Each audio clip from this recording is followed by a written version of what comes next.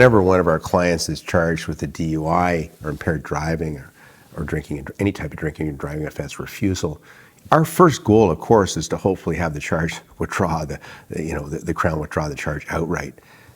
But you know what? Getting a plea to careless driving under the Highway Traffic Act, which is a non-criminal offense, that's always a win in an impaired driving case. And how often does that happen, and how do we go about doing that? Well, it all depends on the facts of your case and whether you have a defense, for example. So when we receive the disclosure, as a lawyer, I'm poring over that disclosure and I'm trying to figure out, is there a charter issue? Did the police make a mistake? How can we defend this? We received the client's version of events, and I go over that disclosure on multiple occasions. I like to review it once initially. I like to go at it with a fresh mind a couple of days later and even a day after that. So I've reviewed it essentially 3 times because it's a very tricky area of law, and even an experienced lawyer can miss things. So you've got to, I'm confident that I'm not missing things after 3 things going through my checklist, going through my procedures. Are they doing things right? Are there any charter issues? Once I have that solidified in my mind, I really absolutely know if this is a decent case that we have a chance of winning at. And then when I receive my client's version of events, he or she may add to that in the context of their facts. So when I have that meeting with the client, I'm basically able to tell them, within a range at least, what their odds of winning are. Their odds may be none or low. There's always some chance on any case, or they may be okay. They may be 50-50. Now we're getting somewhere. Or they may be, you know what? This is a pretty good case. We have a better chance of winning the Crown. Occasionally we have either a close to a slam dunk, or I hesitate to say it, occasionally an absolute slam dunk, but I guess nothing's ever a slam dunk. So how does the Crown approach this, and how do I approach it? So let's say we have a good chance of winning. There's a charter issue, there's rights to counsel, there's a reasonable probable ground argument, and the police made some errors. In that case, I'm going to be able to go to the Crown and negotiate with them and show them where the error is, because they can't fix the error. They can't fix a rights to counsel error necessarily. They can't necessarily fix a reasonable probable ground error. And in many counties, if not most, if not really all in Ontario, if you have a good, solid defense, and particularly now during COVID, the Crown's going to offer you a careless driving. That's great. Now, the slippery slope is as we get below, let's say it's a 50-50 case. Well, that's going to depend on the county you're in.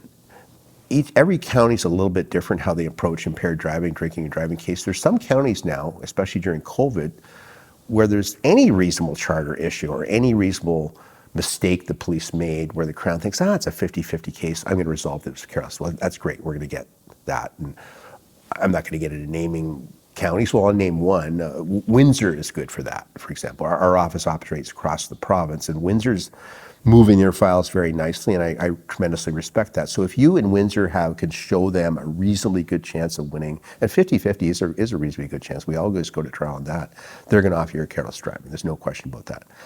Other counties, not necessarily. Some are very difficult, even when you've got it has to be almost a slam dunk in some counties, I hate to say it. Now, if it's below 50-50, you're not getting a careless. You're not getting a careless Windsor, you're not getting a careless in Toronto, you're not getting a careless in London or all the cities we operate in. Now, the other interesting thing about impaired driving, and this is a policy that was brought in at the beginning of COVID, if you're charged with blowing over the legal limit, the Ministry of the Attorney General put a new directive or policy out towards their Crown attorneys. If you have a reading that's under 120 milligrams of alcohol in 100 milliliters of blood, not a particularly high reading, it's still quite a bit over the limit, but that's not considered a high reading, it's considered a lower reading. The Crown in that situation has been directed by the Ministry of the Attorney General to consider, they don't have to, it's discretionary, offering a careless driving plea as long as they're not aggravating factors. What are aggravating factors? Well, you got in a car accident, they're probably not going to offer it unless you can show a defense. Maybe you had children in the car, or there was drugs in the car. Are you drinking in the car drugs, especially children? That's a devastating thing, especially an accident. But we've been getting great deals. We've been negotiating great deals across the province for cases under 120.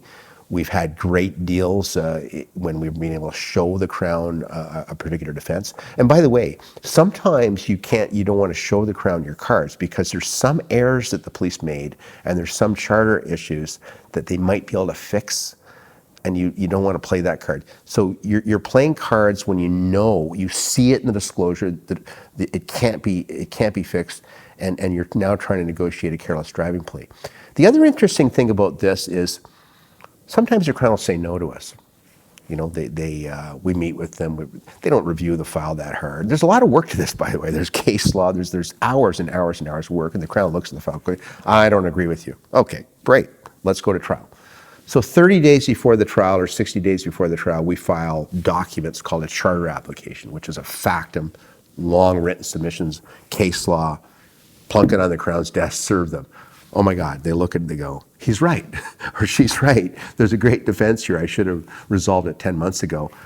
That happens all the time. I mean, it's like studying for exams, I think, for the Crown. They never sometimes come to grip with their exam till the night before, sometimes even the morning of, sometimes in the middle of trial even. I can't tell you how many times in my career it's been frustrating. I wish they'd resolve it, 8 months earlier, because it would be so much cheaper for the client legal fees.